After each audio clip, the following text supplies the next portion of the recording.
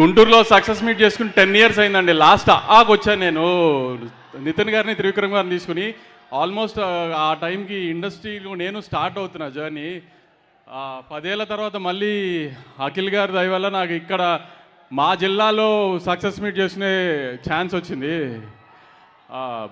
Before release Vizag వెళ్ళారు, తిరుపతి వెళ్ళారు, after release హైదరాబాద్లో చేసాం, అన్నీ చేసాం. ఇంకా మన క్యాపిటల్ దగ్గరలో ఉన్న మన గుంటూరులో చేసుకోకపోతే కరెక్ట్ కాదని చెప్పి ఆయన్ని ఫోర్స్ చేసి తీసుకొచ్చాం ఇక్కడికి. కానీ thank you very much. Venkat VMR ఒకసారి స్టేజ్ మీదకి రండి. అంటే మీ జిల్లా వచ్చి మీ జిల్లా డిస్ట్రిబ్యూటర్ని చూపించకపోతే ఎలా? మొన్న మొహమ్మ స్టేజ్ మీద కూడా అన్నాం కదా, ఏడు మొహం వేసుకుని తిరుగుతున్నారు ఇద్దరు అని. వాళ్ళిద్దరు ఒకసారి చూపిద్దామని మీకు ఒకసారి.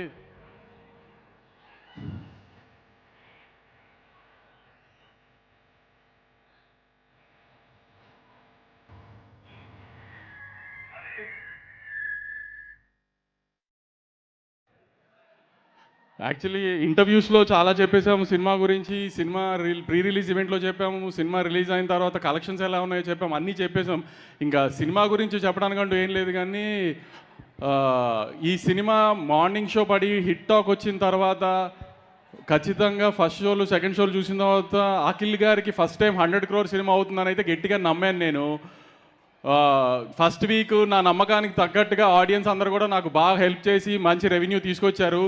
ఈ వీకెండ్ కూడా వేరే తెలుగు సినిమా ఏమీ లేదు, తప్పకుండా ఫ్యామిలీస్ అందరినీ తీసుకుని వెళ్ళి థియేటర్కి వెళ్ళి సినిమా చూసి మనం అఖిల్ గారికి ఫస్ట్ 100 crore సినిమా ఇచ్చేటట్టుగా నాతో పాటు మీరు అందరూ కూడా తోడు రావాలని గట్టిగా కోరుకుంటున్నాను. ఈ విషయంలో మాత్రం నన్ను గట్టిగా సపోర్ట్ చేయాలి, ఎందుకంటే మనం ఇది అఖిల్ గారికి ఇవ్వాల్సిన గిఫ్ట్.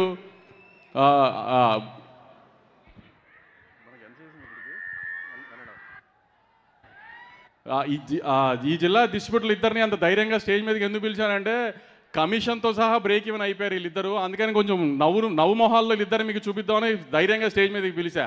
ఈ మధ్యకాలంలో ఆమె సక్సెస్ మీట్ పెట్టేటప్పటికి బ్రేక్ ఈవెన్ అవ్వట్లేదని కంప్లైంట్లు చేస్తున్నారు కదా, బ్రేక్ ఈవెన్ అయిపోయి కమిషన్ వచ్చిందని వాళ్ళతోనే చెప్పించి వాళ్ళ కొంచెం నవ్వు మొహాలు మీకు చూపిద్దామని స్టేజ్ మీదకి పిలిచా. ఇంకా ఎక్కువసేపు మీ టైం వేస్ట్ చేయను. అఖిల్ గారు ఇవాళ చాలా మాట్లాడదని ప్రిపేర్ అయ్యి వచ్చారు. మీరు ఎవరినైతే చూడడానికి వచ్చారో ఆయన్ని ఎక్కువసేపు చూద్దరు. కానీ థ్యాంక్ యూ వెరీ మచ్.